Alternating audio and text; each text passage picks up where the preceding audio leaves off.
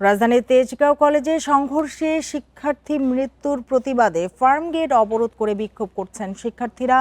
এ নিয়ে আরও জানাতে আমাদের সাথে যোগ দিয়েছেন সহকর্মী শিকদার মেহেদি হাসান। মেহেদি, একটু বলবেন যে বিক্ষোভের এখন কি অবস্থা দেখছেন আর বিক্ষোভকারীরা কি দাবি জানাচ্ছেন?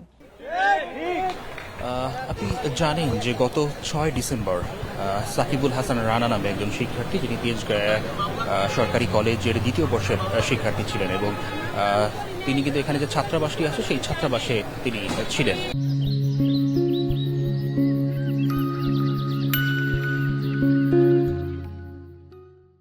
এবং মাদক সেবনকে কেন্দ্র করে মূলত আসলে এখানে দুই গ্রুপের মধ্যে একটি সংঘর্ষ হয় এবং সাকিবুল হাসান রানা, যিনি আসলে ঠিক 6 ডিসেম্বর যে সংঘর্ষ, সেই সংঘর্ষে তিনি আহত হয়েছিলেন এবং তার পরবর্তী সময় তাকে হাসপাতালে নেওয়া হয় এবং তিনি প্রায় 3 দিন আইসিইউতে থাকার পরে কিন্তু তিনি আসলে মৃত্যুবরণ করেন।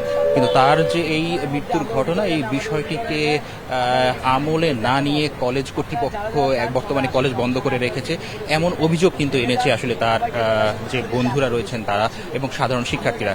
সেই বিষয়টাকে কেন্দ্র করেই কিন্তু আজকে একটি বিক্ষোভ এখানে অনুষ্ঠিত হয়েছে এবং এখানে তার যে সাধারণ শিক্ষার্থীরা রয়েছেন, অর্থাৎ তেজগাঁও সরকারি কলেজের সাধারণ শিক্ষার্থীরা রয়েছেন, তারা কিন্তু এখানে বিক্ষোভ করছেন এবং তারা দাবি জানিয়েছেন যে অনতিবিলম্বে যাতে রানার যে সকল অভিযুক্তরা আছে তাকে যে হত্যার ঘটনায় যে সকল শিক্ষার্থীরা এখানে অন্যান্য ছিলেন, তারা যারা অভিযুক্ত আছেন তাদেরকে অতি সত্বর যাতে আইনের আওতায় আনা হয় এবং যাতে ন্যায় বিচার প্রতিষ্ঠা করা হয়। এবং এই বিষয়ে তারা বারবার হাসপাতাল কর্তৃপক্ষের কলেজ প্রশাসনের কাছে তারা সহায়তা চেয়েছেন, কিন্তু কলেজ প্রশাসন এই বিষয়ে এখন পর্যন্ত তেমন কোনো উদ্যোগ গ্রহণ করেনি। যদিও আজকে ফার্মগেট এলাকায় সড়ক ব্লকেট করার একটি কর্মসূচি ছিল, কিন্তু সেই বিষয়টি এখন পর্যন্ত তারা নিষিদ্ধ করেনি। এই বিষয়ে তারা মেহেদি হাসান, আপনাকে অনেক ধন্যবাদ।